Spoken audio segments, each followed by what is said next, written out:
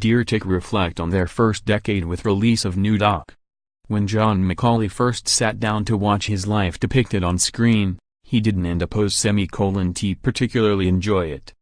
Deeply uncomfortable is how the singer-songwriter describes the experience of watching Straight Into a Storm, a new documentary about didn&apos, the band he has fronted since 2004.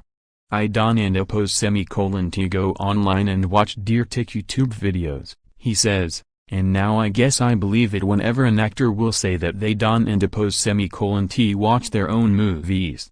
With didn&apos Volume 1 and didn&apos Volume 2, the singer-songwriter accepts the disparate acoustic and electric sides of his group directed by William Miller. The nearly 2-hour Straight Into a Storm, which opened in New York on June 15 and has screenings scheduled in various U.S. cities, offers a loosely chronological account of the rootsy Providence rockers and-apos first decade.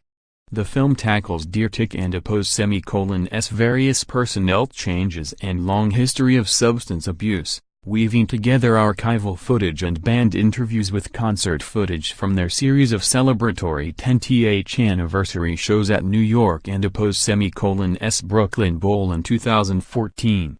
Miller and-apos' initial idea was simply to shoot those gigs for a straightforward concert film. The band and-apos' response was positive. "We were like, and-apos, cool, that sounds famous, and-apos," McCauley says. But after spending time with the musicians and their longtime fans and friends, the documentarian soon realized he needed to tell a larger story. At that point, didn&apos gave Miller license to tell the band and-apos' complete saga.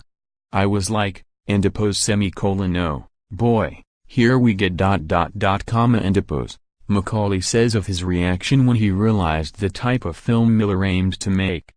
"It was a long process, but he pulled it together.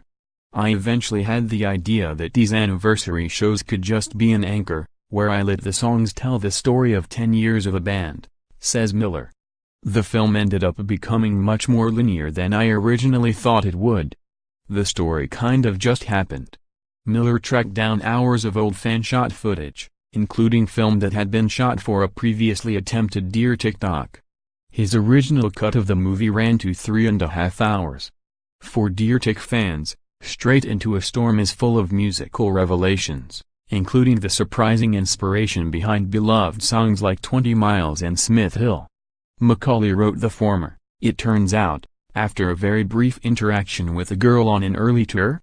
Dude, we hung out with this girl for fucking 4 minutes, Jesus fucking Christ, give us a break," says early bandmate Diego Perez in the film, recalling the band and-apos' reaction to McCauley writing the song. McCauley based Smith Hill, meanwhile, on an old-age apartment complex in Providence. Straight Into a Storm depicts a group guided by McCauley and-apos' endless musical ambition, and one that has dramatically matured both musically and personally during their first decade. Miller and-apos' film strips away the romanticism from the fun-loving, hard-partying image didn&apos acquired early in its career, shining a light on McCauley and-apos' struggles with cocaine.